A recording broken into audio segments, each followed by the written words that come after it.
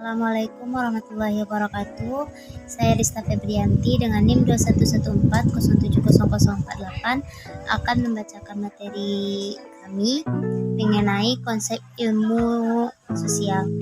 Baik, pengertian konsep ilmu sosial. Ilmu sosial merupakan ilmu yang mempelajari perilaku dan aktivitas manusia dalam kehidupan bersama.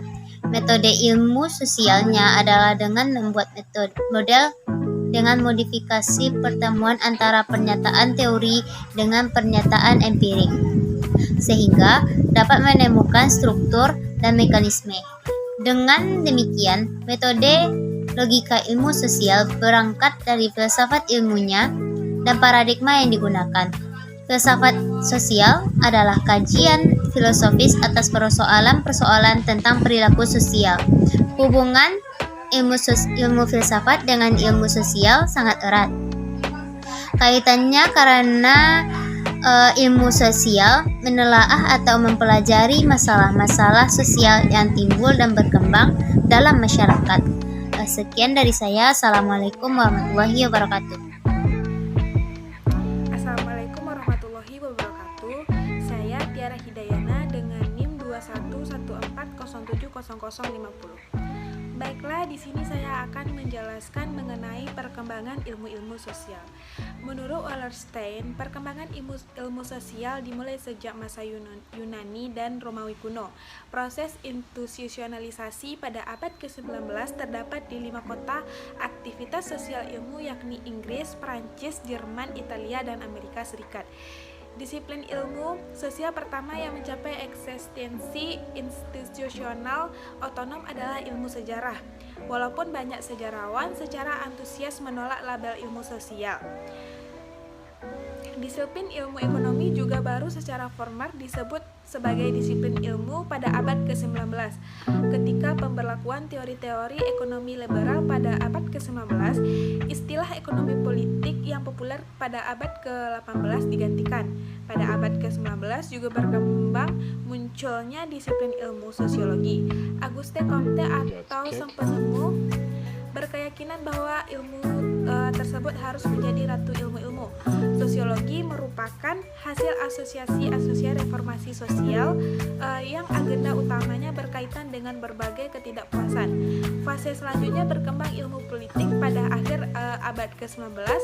Geografi berhasil merekonstruksikan dirinya sebagai sebuah disiplin baru, terutama di beberapa universitas di Jerman.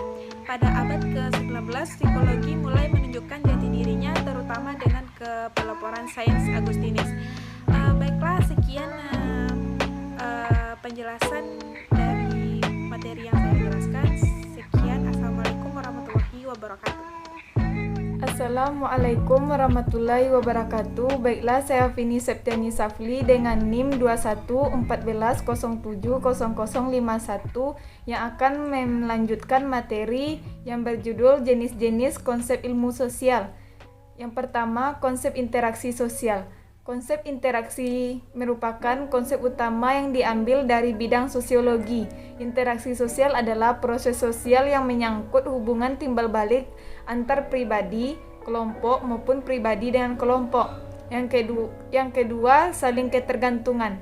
Terjadi saling ketergantungan antara manusia baik secara individu maupun kelompok.